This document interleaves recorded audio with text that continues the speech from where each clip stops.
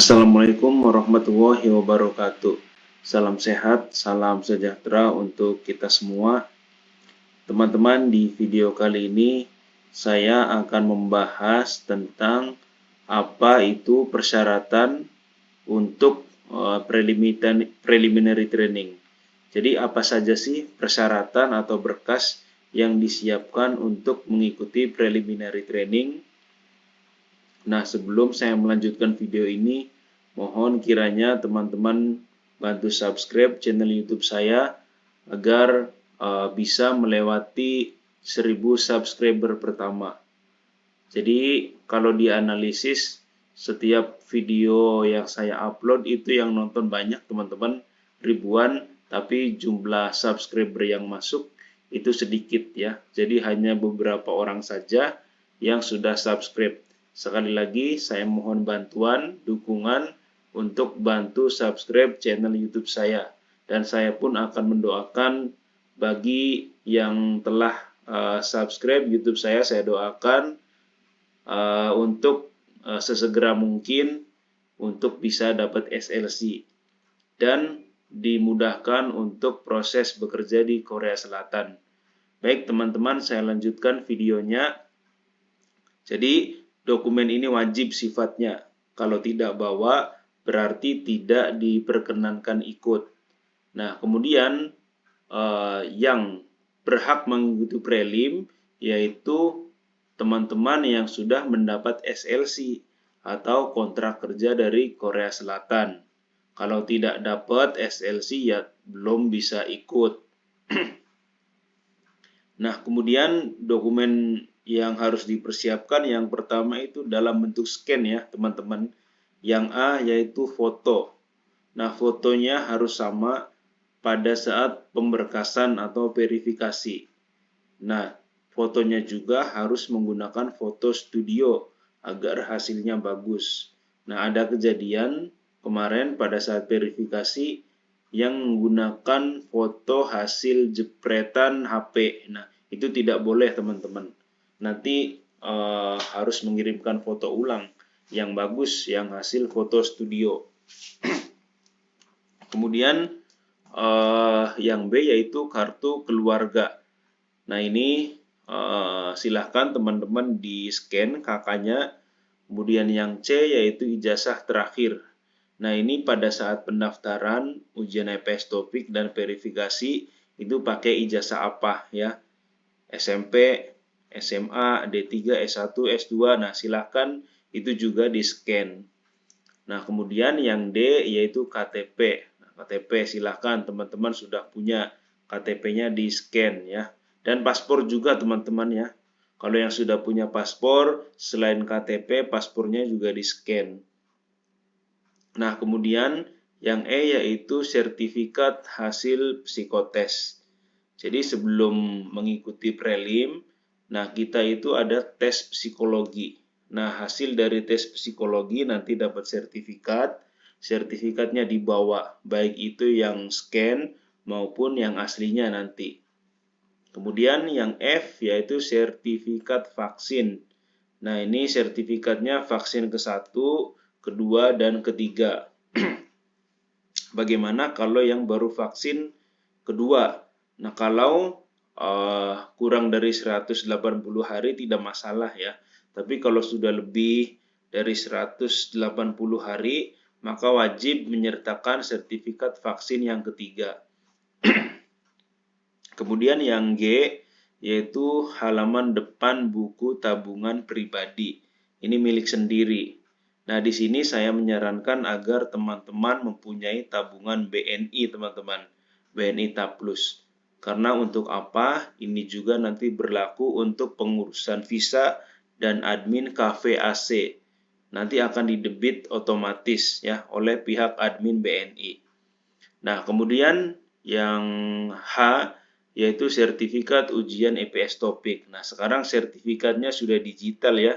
Jadi langsung bisa dipakai ya tanpa perlu di print out. Nah, ini adalah dokumen hasil scan yang semuanya nanti dimasukkan ke dalam satu wadah yaitu flash disk. Nah, kemudian saya menyarankan juga nanti di keterangannya ditulis ya di flash disknya, misalkan kartu keluarga, filenya di rename ya, dikasih nama, terus KTP, kemudian ijazah terakhir, agar memudahkan pendataan dan kita juga nyarinya mudah ya kalau sudah diganti nama filenya ya. Beda dengan yang belum diganti, itu agak kesusahan nanti. Nah, ini silahkan dikasih nama filenya, kemudian dimasukkan ke dalam satu flash disk. Dan flash disk itu khusus untuk pemberkasan, jangan dicampur-campur. Kemudian yang kedua yaitu biaya apply visa dan medical check up sebesar Rp850.000. Ini pembayarannya nanti non tunai teman-teman ya, tidak bisa menggunakan uang cash. Jadi kita sudah medical pada saat sending berkas ke Korea Selatan, dan nanti pada saat prelim juga nanti ada medical juga ya. Nah, kemudian yang B yaitu visa dan admin cafe AC sebesar Rp1.164.000. Nah, ini harus tersedia di tabungan BNI Taplus milik pribadi. Kalau di tabungan BNI-nya saldonya kurang dari nominal ini tidak jadi masalah.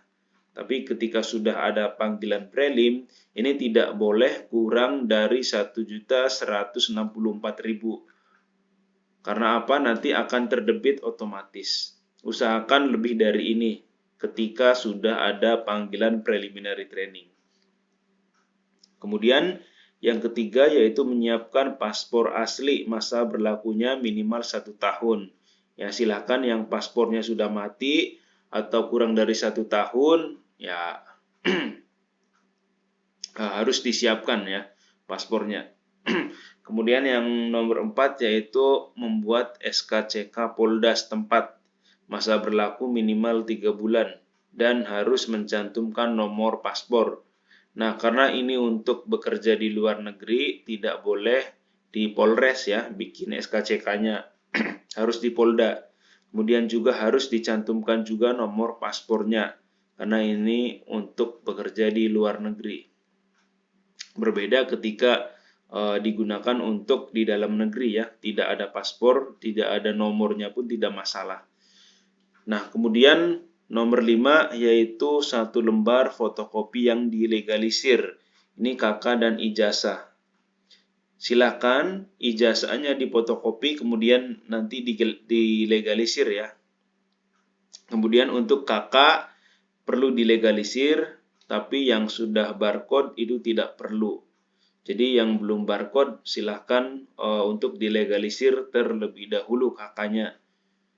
Kemudian nomor 6 yaitu membuat surat izin asli orang tua, suami, istri, atau wali yang diketahui oleh lurah atau kepala desa. Nah, silakan bagi yang belum menikah meminta surat izin orang tua, yang sudah menikah silakan minta surat izin suami atau istri. Kalau orang tuanya sudah tidak ada, bisa surat izin wali ya, tapi harus tanda tangan juga kepala desanya dan dicap basah ya.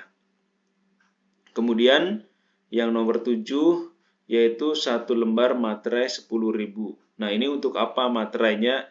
Yaitu untuk permohonan stamp visa ya. Jadi yang 10.000 teman-teman ya untuk materainya.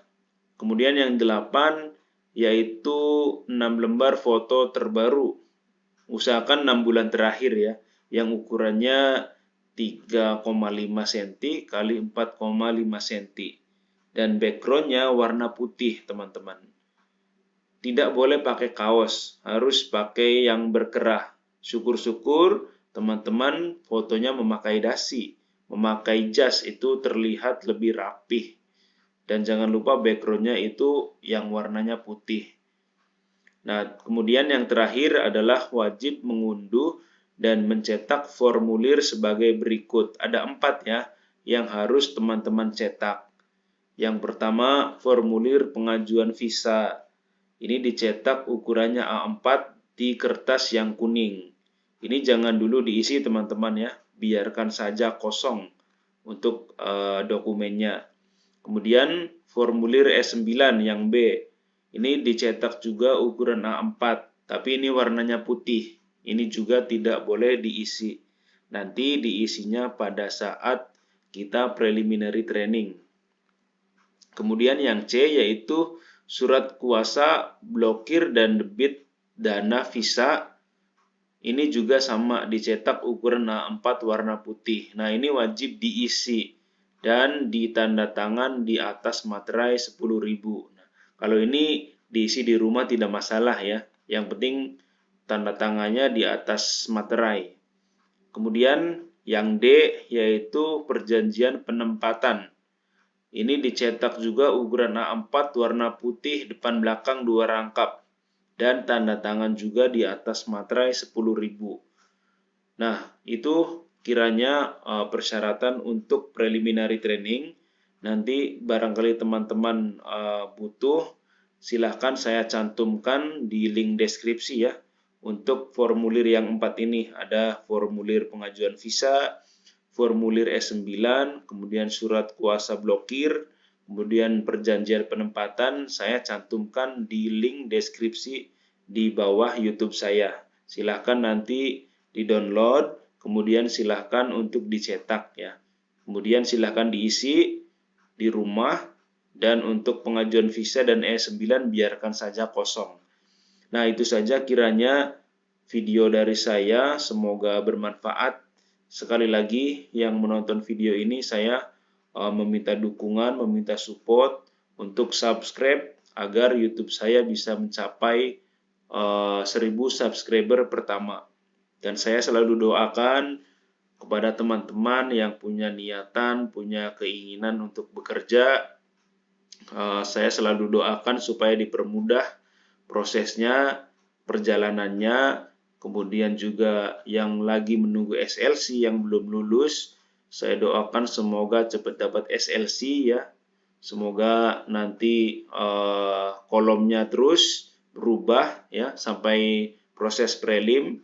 Kemudian bagi yang ingin bekerja di Korea Selatan tapi masih sedang belajar ya tetap semangat. Mudah-mudahan di tahun depan di 2024 teman-teman semua ujiannya bisa lulus ya, nilainya bisa sesuai dengan yang diharapkan dan bisa bekerja di Korea Selatan. Baik, itu saja video dari saya. Terima kasih. Assalamualaikum warahmatullahi wabarakatuh.